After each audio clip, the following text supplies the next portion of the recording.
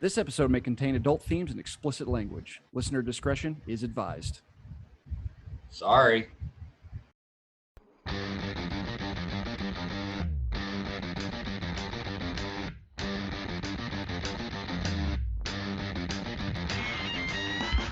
What's the trick in making my love stick?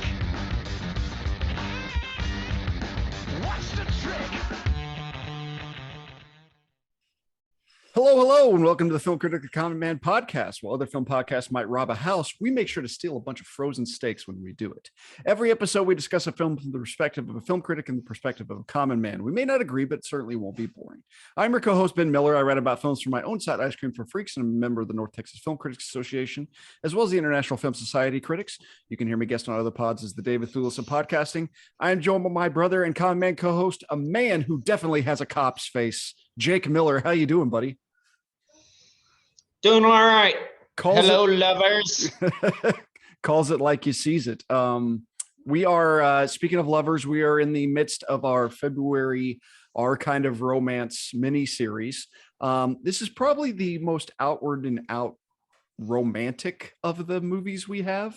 Though it still has the version of that is not exactly the normal romantic comedies. Regardless, we're talking about Out of Sight today, directed by Steven Soderbergh, written by Scott Frank, based on the book by Elmore Leonard, starring George Clooney, Jennifer Lopez, Ving Rhames, Don Cheadle, and Albert Brooks, co-starring Steve Zahn, Isaiah Washington, Luis Guzman, Catherine Keener, Viola Davis, and Dennis Farina. A couple cameos from Samuel Jackson and Michael Keaton to boot. Opened on June 26, 1998. Decent box office for what it was. 37.5 million domestic, 40 million international, 77.7 million on a $48 million budget. Nominated for 2 Oscars, Best Adapted Screenplay, which lost to the film Gods and Monsters, and then Best Film Editing, losing to Saving Private Ryan. Can't really complain about that one much.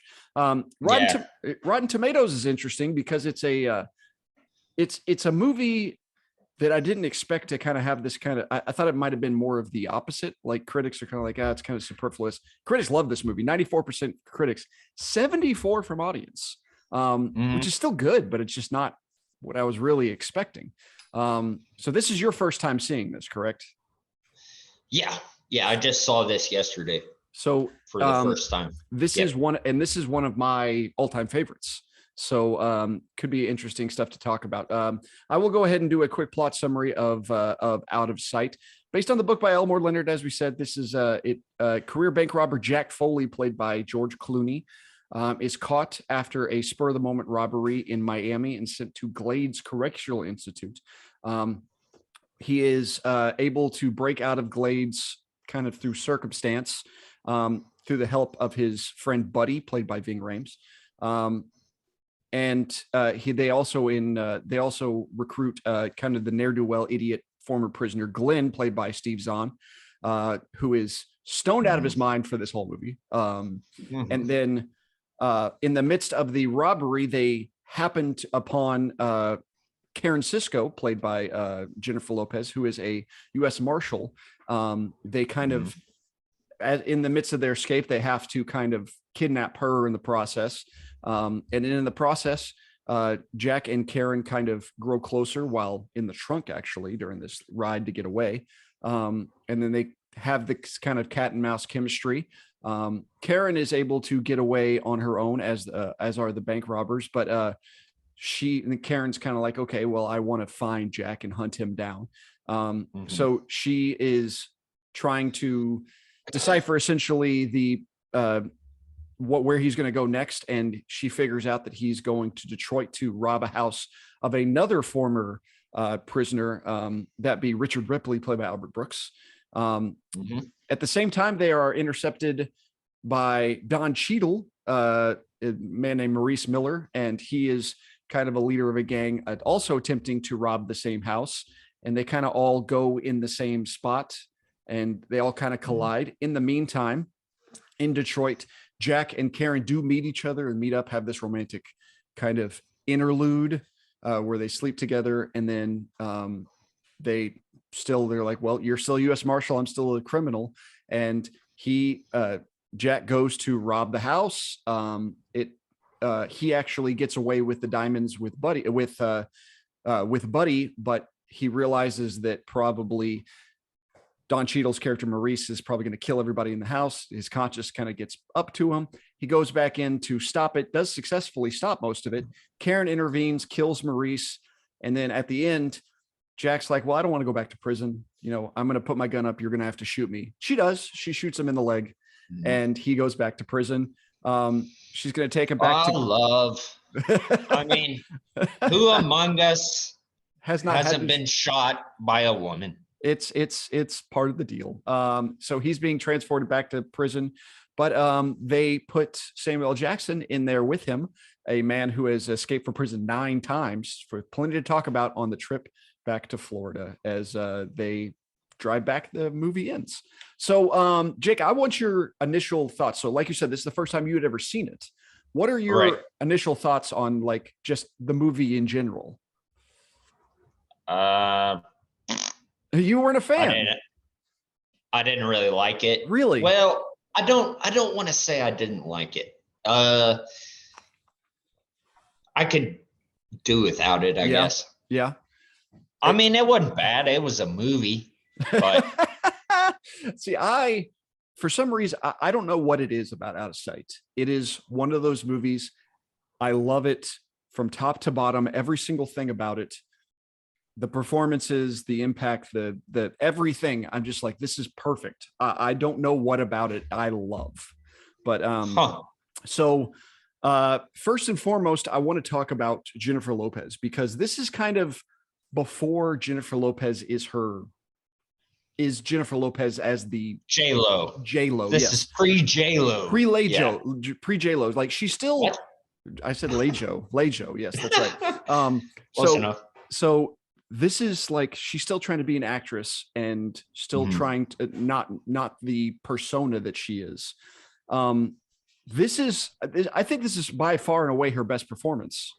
And I don't get why she didn't do more stuff like this for the rest of her career, as opposed to just being like kind of a goofy romantic comedy movie star.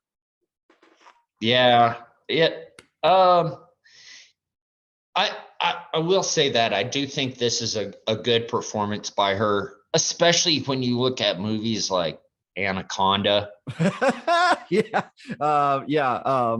not wrong. And you look at like those, the Made in Manhattan or the wedding, the wedding planner or something like that. Just all those kind of goofy, like J-Lo ass.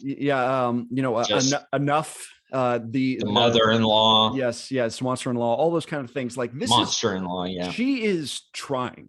She's doing a good job, as opposed to kind of just like coasting through on the natural charm and, oh, look how pretty I am. And it's like, right. Her being pretty is a part of this movie, obviously, but it's not like it's a feature. It's not like the main thing. It's like, look how beautiful she is in this whole thing. It's like, it's not really what this movie's about. Right. No, I mean, she's still portrayed as very capable. And, yes. And I want to talk, I'll talk a little bit about that in a little bit as well. This is also the first time that George Clooney has really had a chance to be a movie star, because he was ER George Clooney for a long time. Yep. Everybody's like, this guy's next big thing, but he was on TV. And then every movie he's in doesn't really do well until he gets to this point, and they're like, okay, this is kind of where Clooney is made. Like before this, he had like quirks and like he just kind of had his own thing, and then this was kind of reeled it in, and the chemistry between the two is pretty undeniable. Yeah, definitely. That is something I'll say about this movie is you can definitely they go well together. Yes. It works. I mean, it's kind of a natural thing. You can see they're kind of having fun with each other. Yes. I don't know. Talking about movies, the two famous scenes in this movie is the scene in the trunk where they're talking back and forth about movies and he's hit the flashlight, kind of looking down at her hips and all that kind of stuff, and her being gross and at the same time, her being the law enforcement and being like, well, the gun's right there. I know the gun's there. I can't do it right now. All this kind of like biding her time, knowing all that kind of stuff. But at the same time, they're a little flirty back and forth. The rest of the, whenever you watch this movie, you're like, man, there's so many other people besides George Clooney and Jennifer Lopez in this movie. Yes. There's a stacked supporting cast. Specifically, I want to talk about Don Cheadle because he is, I'm always fascinated when a movie can have a mean character, and Don Cheadle's not a huge guy. Like we did like, Right. And in Boogie Nights, he is a sweetheart of a man. And in this movie, he is so utterly terrifying. I'm impressed at how capable it is that a man like that can be like, why are you so scary? Yeah. Yeah. I really, really like Don Cheadle. Yeah, me too. And yeah, it was interesting to see him kind of be this monster in this thing. This, I mean, this, criminal boss. I don't know. He's just got a cool way about him. Yeah, but it was kind of out of character for him to just be a complete bad guy because, like, I mean, Ocean's 11, everyone's an anti-hero. Yeah. But everyone's having fun. You're not cheering against anybody. Yeah. But yeah, in this guy's bad. He'll kill you. Yeah. And I mean, it's really interesting to show prison dynamics without having to get in kind of the gross of, like, you have the prison dynamics of the reality of like an American History X or something of that level. This movie does that, but it at the same time that's not the focus of what the movie is. It's like, it's like we're gonna stab a guy. Nope, don't stop. Keep going because you're gonna have to ask questions. And like whenever they get in the fight in the library, the guy who whistles and tells them that the guards are coming. It's like all those kind of like little things that it's just, it adds a level of authenticity. Yeah. Well, and that's a big motivation for him throughout the movie, is to not go back to prison. Yeah, of course. And because I mean, that's why Jennifer Lopez ends up shooting him. He goes, I'm not going back. Yeah. It's like, I know I've been in enough prisons and had enough bad experiences that I don't want to do it.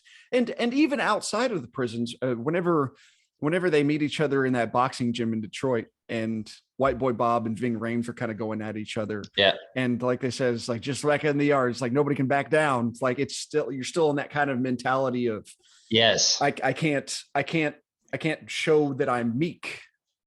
Yes. No, you definitely see that, there's machismo, and you either need to be, the biggest, baddest dude in the room, or at least smarter. Or something. You better figure out some way. You need to have something to survive. You need to have something that survives, that helps you survive. Yeah. And that kind of goes through the rest of the movie. Isaiah Washington also being terrifying, is in his role of, he's worse. Man, he's exactly. And then it's all rapey. Yeah, very, very rapey. Very rapey. Catherine Keener playing Clooney's ex-wife, who is a former magician's assistant. That's fun. Viola Davis showing up out of nowhere. I really liked one of my favorite supporting performances is Dennis Farina as Jennifer Lopez's dad. It's kind of like a guy who suffers no fools, but at the same time is like he understands a little better than what's going on than everybody else. Yeah. And he's another one I like. Yeah. Like I pretty well like him in whatever he's been in. That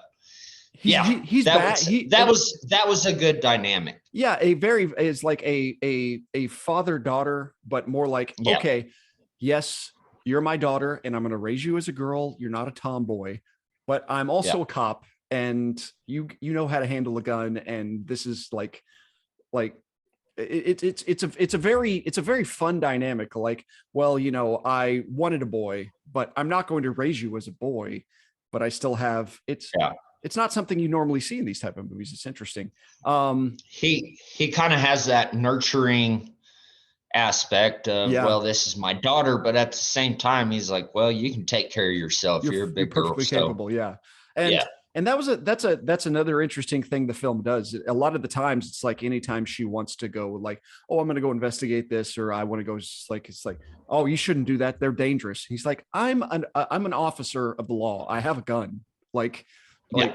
and perfectly capable. And that's an interesting, one of my favorite things this movie does is Karen at no point is like, oh, I'm toe to toe with a dude and I'm going to punch my way out of this. It's like, no. She is physically capable, but it's very realistic. It's like whenever Isaiah Washington gets all rapey, she pulls out a stick, beats the hell out of him, and like handles herself as she needs to handle her. She is very capable with a gun, very able to use it. It's not something where it's like, oh, I'm going to be physically overpowered. I am going to use everything to my advantage and do what I need to do, as opposed to the unrealistic aspects of, like, she's not doing judo chops and beating up men. And yes, it is. She's not Laura Croft. Yes, exactly. Yeah. Very, very capable. And like you said, she gets by mostly on her intelligence and the fact that she is willing to do all this kind of stuff. My favorite supporting performance is Steve Zahn, who is who pretty much everything he says is hilarious. Just everybody knows this kind of guy. It's just an idiot who cannot get out of his own way and thinks he's a fuck up. He thinks he's so much smarter than he actually is. And there's nothing worse than a stupid person that doesn't realize they're stupid. And yeah, you're and then he's high and paranoid the whole time. And so somehow gets away. Like he said, it's like, oh, if it wasn't for that, you would have never known me. It's like, if it wasn't for me, you'd already be dead. So I mean, like, yeah, who are we talking about? Count your blessings, bud. Yeah, exactly. The love story of this is really based on the cat and mouse of like, do I want to catch him? If I do catch him, what do I do? And we're together now and back and forth. I talked about the two scenes, the one being the one in the trunk. The other one is the hotel bar with that snow lightly falling in the background and them, in Detroit. And they're talking back and forth, and little glances, keep randomly complimenting each other in the middle of their conversation, little hand touches. And even the sex scene is not necessarily it's not lewd. It's just kind of like how romantic and all this kind of stuff. And it's such a nice dynamic back and forth the whole movie. Yeah. I think you put it right, saying it's kind of this cat and mouse love affair thing. Like, I mean, obviously they're both conflicted because she's a U.S. Marshal and he is a career criminal. So there's that aspect. But they do have a fun dynamic in this movie. And the big thing they say is, they're so committed to their jobs. Essentially, she loves being a U.S. Marshal. She's good at it. He likes being a bank robber, and he's good at it. And in that time, what she says in there is like, I wish we could just take a time out where we don't have to worry about this and can actually pursue your own feelings. You're kind of held back by the fact that you're stationed. Yeah. It's a fun little thing. Yeah, definitely. Yeah, I don't know. I'll give the movie that it does have that fine, a fun dynamic between, Clooney and Lopez, and I like that Lopez is the law enforcement officer too. Yeah. You know what I mean? Yeah. Like, I don't know. I know what you mean. Yeah. It's fun. And it's, so what are your thoughts about the kind of the most awkwardly painful thing right before is the preceding scene right before that, where they're talking over that in that hotel, and the guys are hitting on Lopez in succession. Oh yeah. And you're just like, it's like these guys just like, I know you're trying, dude, but it's not working. Like she says, it's like, hey man, who gives a shit? Like, Yeah, that sounds like a stupid job. Like, it's actually, I'm not impressed. It's like, yeah. yeah. And it's funny because But then the bank robber walks in. She's like, okie dokie. and as soon as he sits down, he's like, "Were they bugging you? Like, I can get into criminal mode again Yeah. if I have to." And so, no, they're fine. Like, it's and that dynamic's even more fun. The big thing this movie did that kind of threw a lot of people off is the nonlinear storytelling. It really jumps all over the place. So it goes to his initial bank robbery, and then to him being in prison, and then back and forth. But at the same time, it gives further details to the story as it goes along. This is it's been kind of Soderbergh, the director, does this a lot, and it's something I really enjoy about the movie. Did it kind of throw you off a little bit when it first started happening? Yeah, a little bit. But I mean, I was able to keep up, and it all comes together pretty nicely. So I mean, maybe the first half you're kind of trying to follow along, but then I mean everything comes together, and you kind of get how Soderbergh kind of lays it out, and has this non-linear plot line basically. So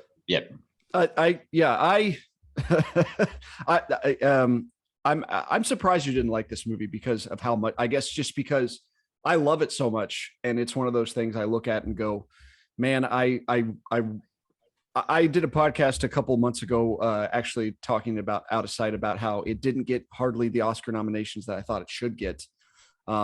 This was the year of Saving Private Ryan and The Thin Red Line. Yeah. So those are the two, like those are the, and another, a classic movie of ours where we watched The Thin Red Line, I think as our whole family, and we saw George Clooney in the credits, and then we're 2 hours in, we're like, where's George Clooney? And then, oh, there he is. And then he's gone. But it's one of those movies that I guess it just didn't make the impact that everybody thought it was.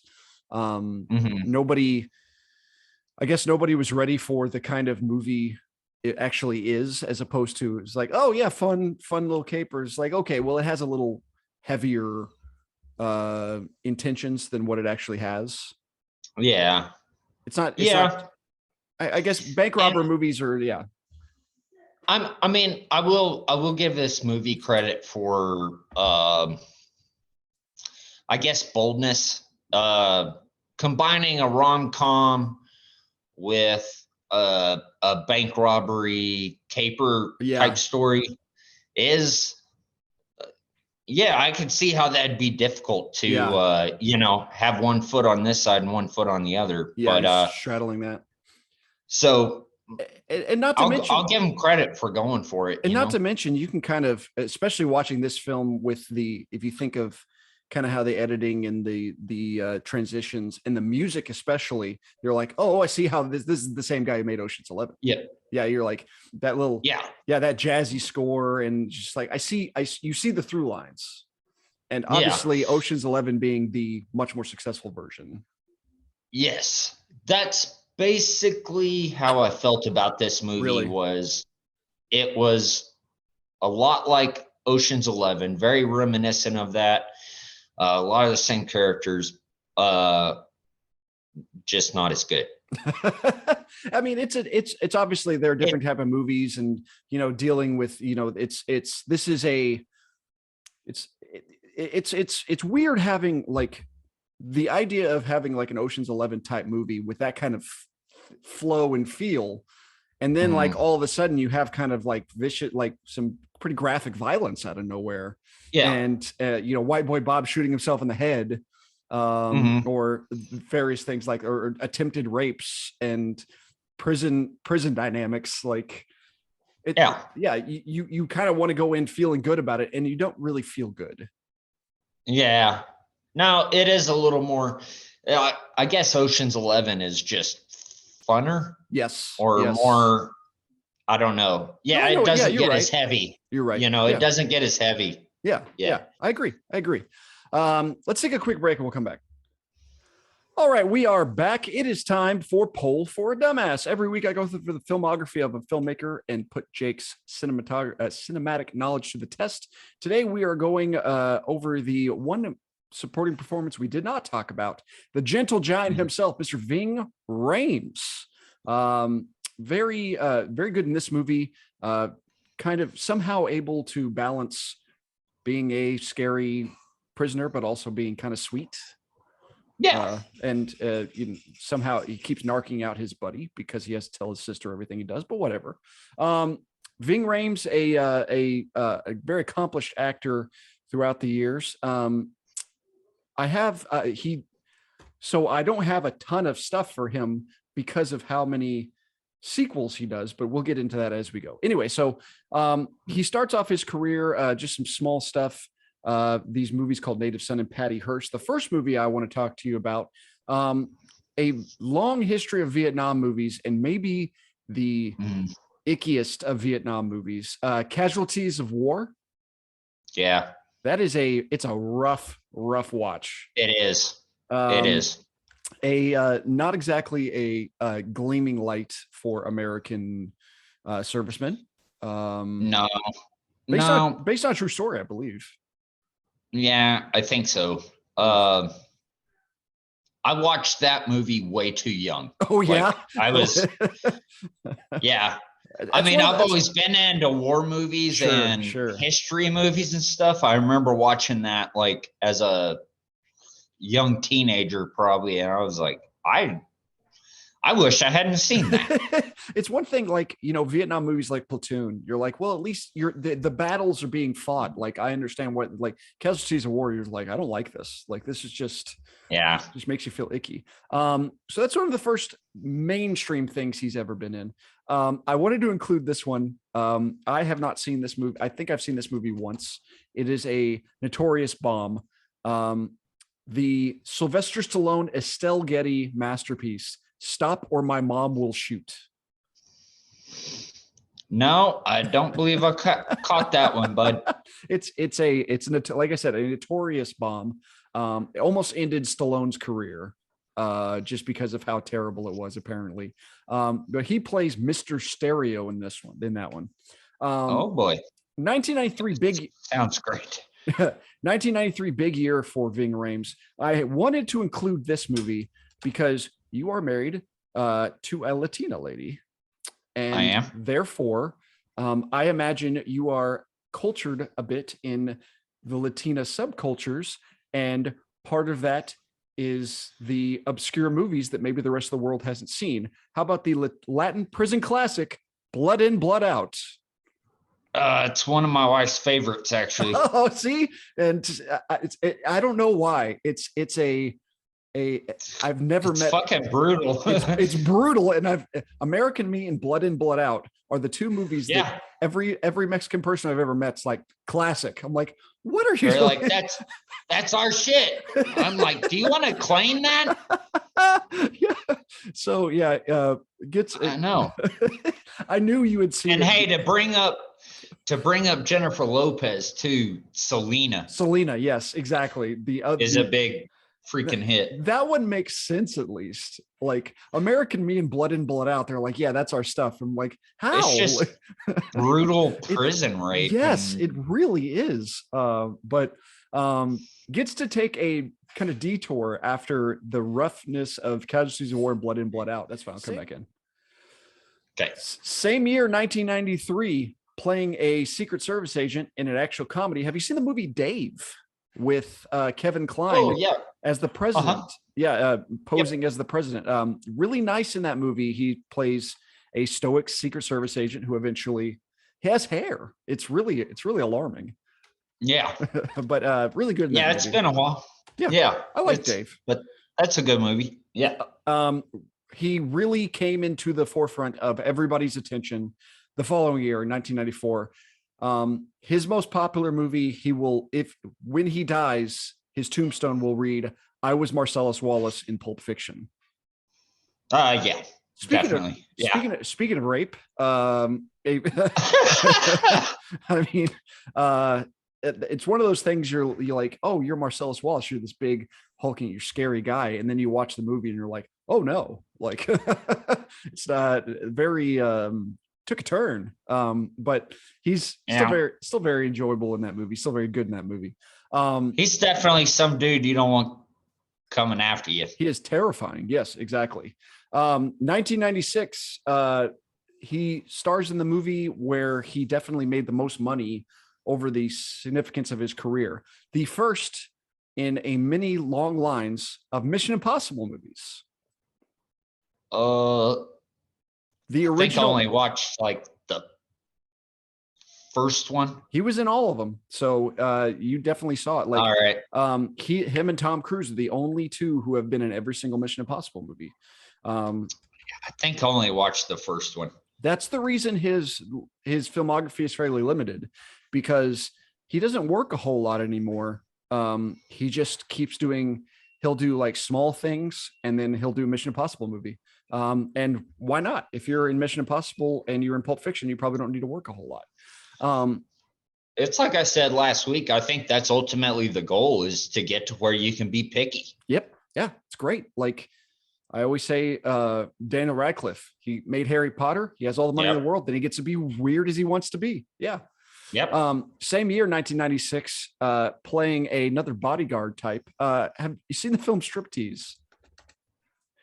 Let me rephrase that. Have you seen the film Striptease and not clips of the film Striptease?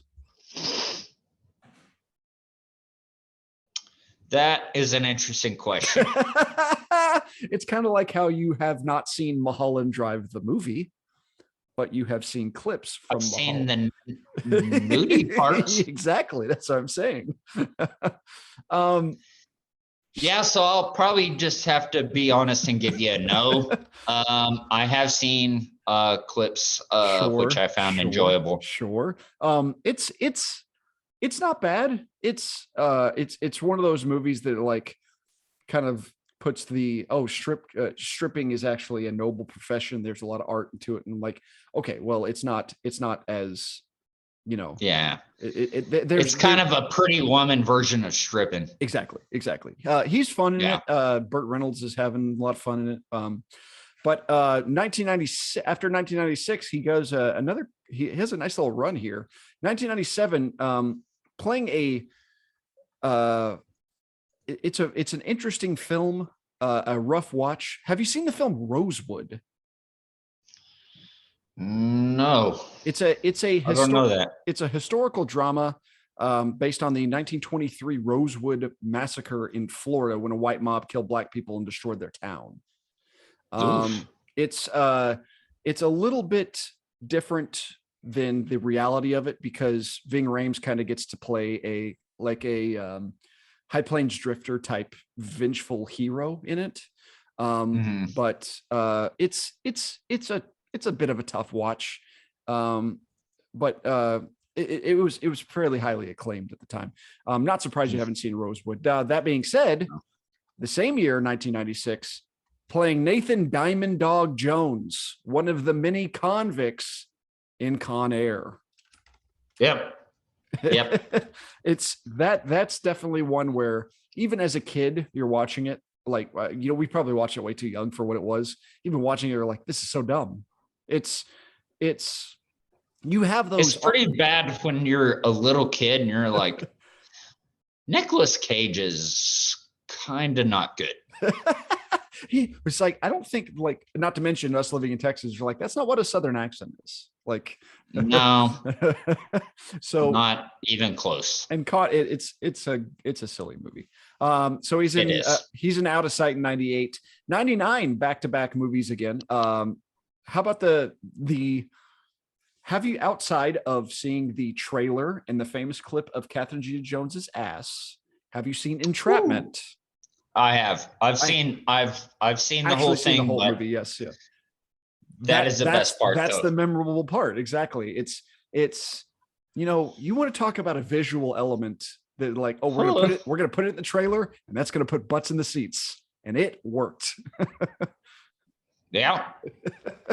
Yeah, I ain't got. Yeah. Yeah, no complaints. I'm all in. Do you remember who the other person besides Catherine Zeta-Jones was in the movie? Nope. Sean Connery. Oh yeah. See, that's how unmemorable the butt I of the just lasers. remember the butt. I agree. It's a very unmemorable movie besides that. So at the same time, we talked about whenever we did our Empire of the Sun episode, we talked about kind of obscure Steven Spielberg movies. How about obscure Martin Scorsese movies? The 1999 film, a film I watched overseas in Kuwait, another Nicolas Cage movie. How about Bringing Out the Dead? He is a he's an ambulance driver, with Nicolas Cage. Well, and then what's the other guy that's in it? There's Tom Sizemore. There's Mark Anthony. Tom Sizemore. That's who I was thinking. Yes. You want to talk about a bummer of a movie? Just a dark, down there. You know, it's not very fun to watch.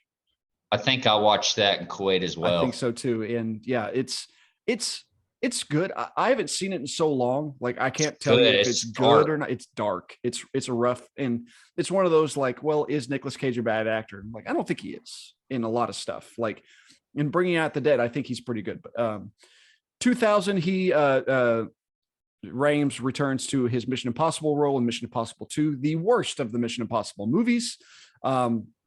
Does some stuff back and forth.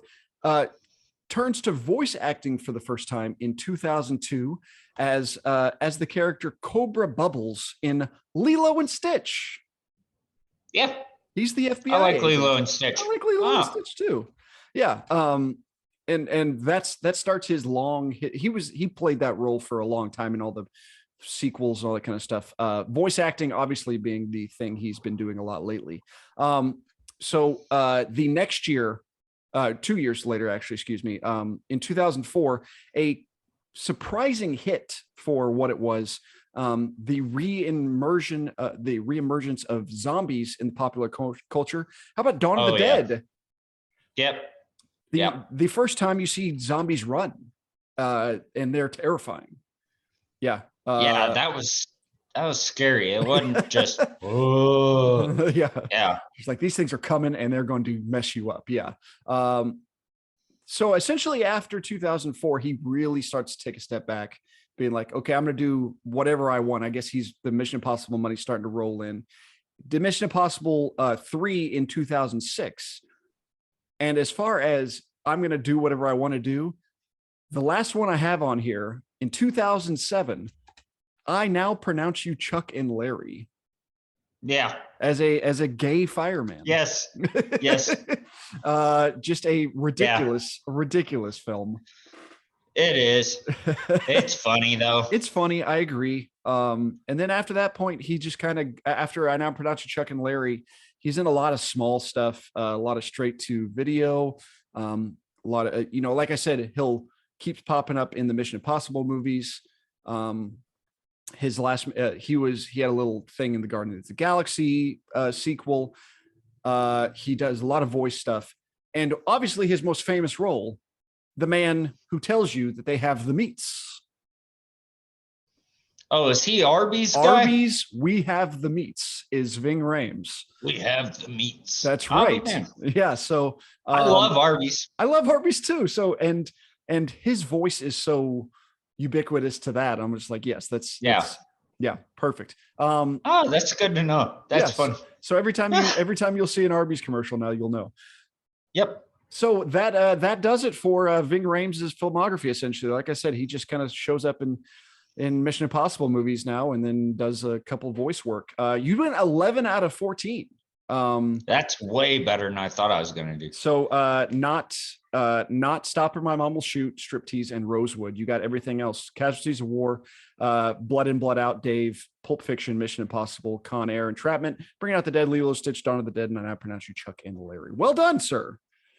Thank you. Like I said, well, it helps when he doesn't work a whole lot, and especially hasn't worked as frequently as he needs to. But yeah.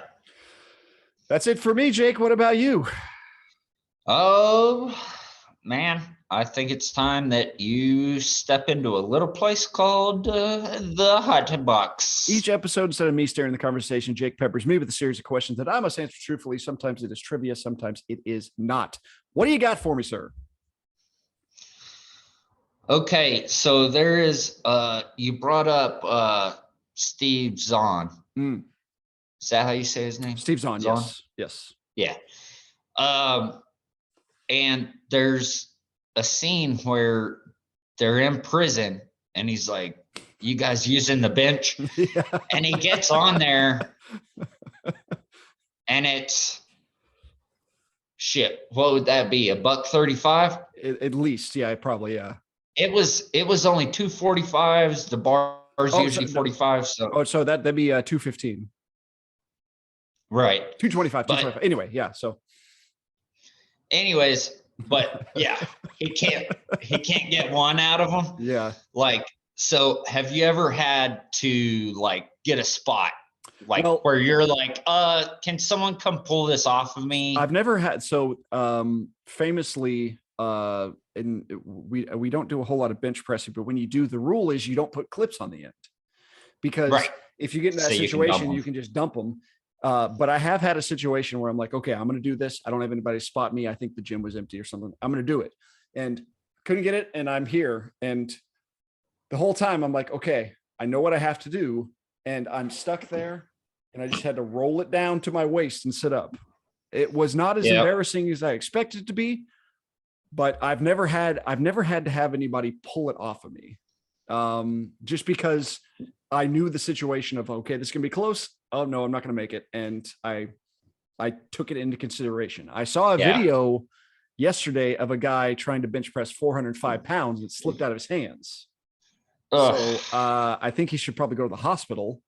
Yeah, that's called death. He got up, but I mean, it's like doing CPR while you're still alive. Probably not a good idea. No, I've never had to get it pulled off me, but I've had some close calls. Yeah.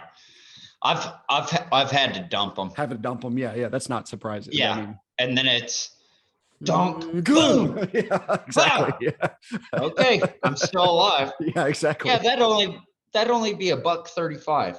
Oh, with those weights that he had. Oh, just 145 on each side. Yeah. Yeah. And just a 45-pound bar.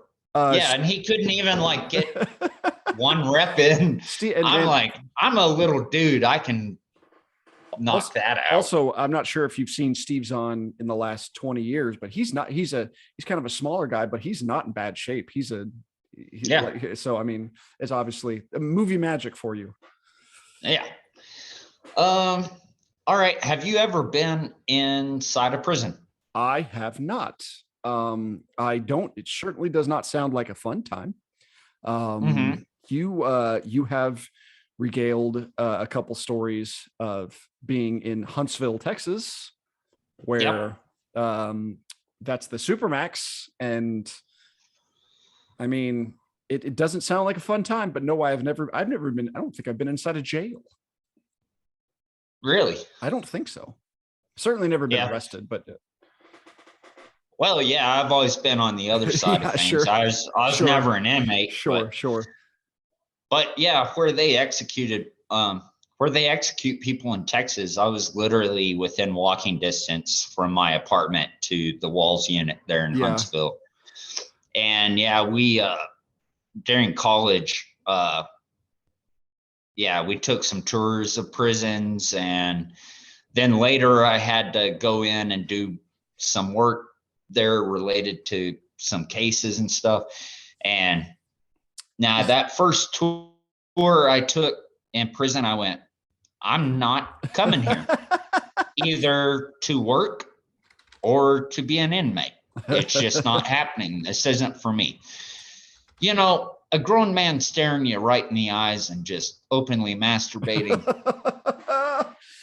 So was this I can do without that. Was this one of the famous no hostage areas? That was in so that was actually here. That unit was here. Really? Man, I can't remember what they call it now. Did you have to sign a but- waiver or something like that, essentially saying like, hey, oh yeah. no, I'm not. Obviously, we're not trying to get you killed, but the potential you're in prison with If you get prisoners. shanked up, Yeah, yeah. that's on you. Yeah. No, I can't remember what they call like maximum security now anymore, but yeah, going through that unit. Oh man, and the psych floor. I can imagine. I Woo! can imagine. It's like what does it take for you to get into a psychological problem in a maximum prison? Like, okay, Dude, it was the noisiest place I've ever been in. really, just the deafening. Everyone's schizo in there and just being schizo. Like, yeah, not ugh. doesn't sound like the funnest of times. Nah. I So get it. I get it. all right. Is this your favorite Clooney movie? It is. I actually hadn't thought about it until you put it in those terms of the Clooney. Like, of all the types of movies I think of this is, for some reason I never think of Clooney.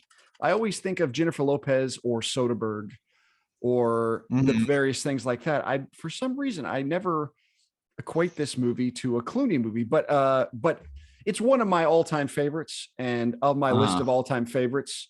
I'm not sure there's a whole lot of other Clooney movies that I would include. The only one that I think of is probably Three Kings. I love Three Kings. A very strange movie. Yeah, it is. But it also early Clooney, like it's before like he got to who he was. Obviously, we talked about Oh Brother Where Art Thou.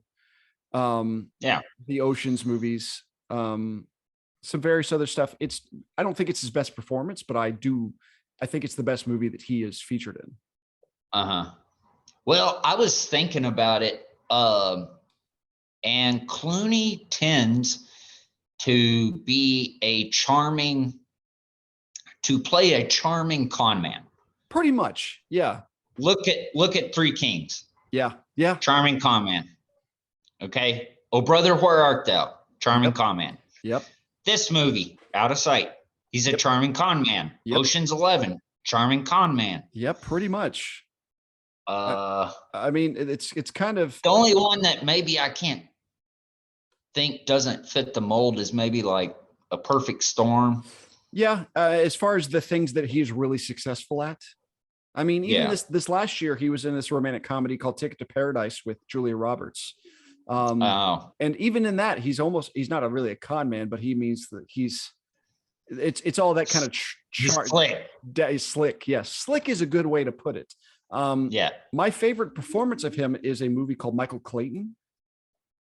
Michael Clayton's great. And that's actually the exact opposite of what you expect from George Clooney. He's not slick at all. He's good at his job, but he's like kind of depressed and like understanding of everything. And, it's that's probably why I like it so much. It's very Clooney-esque, but he just out of character completely. Also the movie, I'm not sure if you ever seen the movie, The Descendants.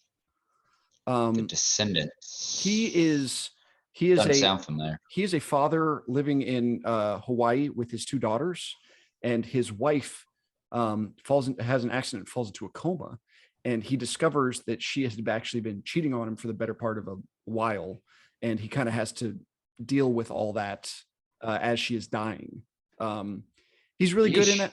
It's one of those kind of almost like awkward, like it's a good movie, but it's not something you really want to watch over and over again. But still, good movie. Yeah, when he wants to be good, he can be good. It's just if he wants to, because by all means, he has all the money. So, yep. All right. Well, for our audience here, you have a website called Ice Cream for Freaks. I sure do.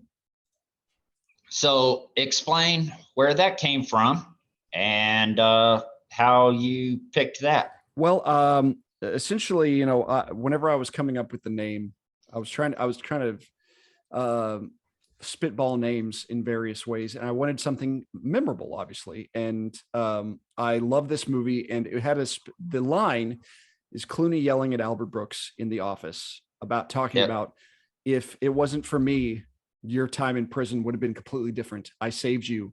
Oh yeah. Like, it's like you were nothing. You were ice cream for freaks. And he specifically says that. And there's a little clip of it on YouTube. I will link right there. So you'll have the ice cream for freaks context of it. But I went through a couple of options whenever I came up with the name. And that was the one that came up with it had the best flow. I thought about, I had a name. I was in Technicolor, sir. There was a line from LA Confidential, and I was like, that's kind of clunky. There was a movie called The Insider where this guy screams, "Wipe that smirk off your face." And I thought about having that, but it felt long. This is long. This is the good balance between ice cream for freaks. Ice cream for freaks. I like it. And obviously, it's certainly a name. So it is. So I don't know anybody else that has that, and it was available. So why not? Icecreamforfreaks.com. I'm the owner. So yeah. Check it out. That's right. All right. Oh, I don't think I have too much for you on this one, Benno. So I'm gonna let you go. Let me off. You're free to leave. Get out of the box. Get out of my box. Before we go, do you have what is your film rating of Out of Touch? I could take it or leave it. Yeah. I get it. Yeah. I understand. It always, whenever you have a film that you love probably more than anybody else, and I feel like I might love Out of Sight more than anybody else. Whenever I do, it's always like, no, you got to get on my side. But at the same time, I have to go, no, my job is not to convince you. It's telling you my feelings, right, if you agree or don't. So I'm 5 out of 5. I think it's the best film of 1998. I do think that's the silly thing. I think it's better than Saving Private Ryan, personally. What the fuck? No, I know, but I just do. It's my own. The next time I see you in person, I'm going to physically strike you. See, you're saying that's better than Saving Private Ryan? I think so. Yes, I do. But I do love Saving Private Ryan. We'll do it. But yeah, so this is my have to agree to disagree on that one. On that note, that just about does it for this episode of the Film Critic, the Common Man. Thank you so very much for joining us. You can follow me on Twitter at NebIsBen, on Letterboxd and Neb810, on Instagram, Ben Miller Movies. Check out my said website, icecreamforfreaks.com. You can follow my other writing on the film experience and cinema scholars. You can find me on other pods on the David Thewlis of podcasting. Jake, where can the people find you? Out in the middle of, I don't know, in a huge mansion in the middle of Detroit. I know you love Detroit. It seems lovely. But no, you can't find me. I'm definitely not in prison. I'll put it that way. Yeah, that's a good point. So I'm not being sodomized in prison. You're on the lam. Make sure to follow the podcast on Twitter at Critic Common Pod. Please like, subscribe, rate, and review. Enjoy the show wherever you get your podcast. We will finish up the month of February with our version of romance with the most romantic movie we can think of. Gone Girl, baby. Well, I mean, when you think of love, I think of Gone Girl. So, I mean, what a way for us to finish the month. I mean, true love. We will catch you guys next time. Thank you so much for joining us. What's the trick? What's the trick? In making my love stick. What's the trick?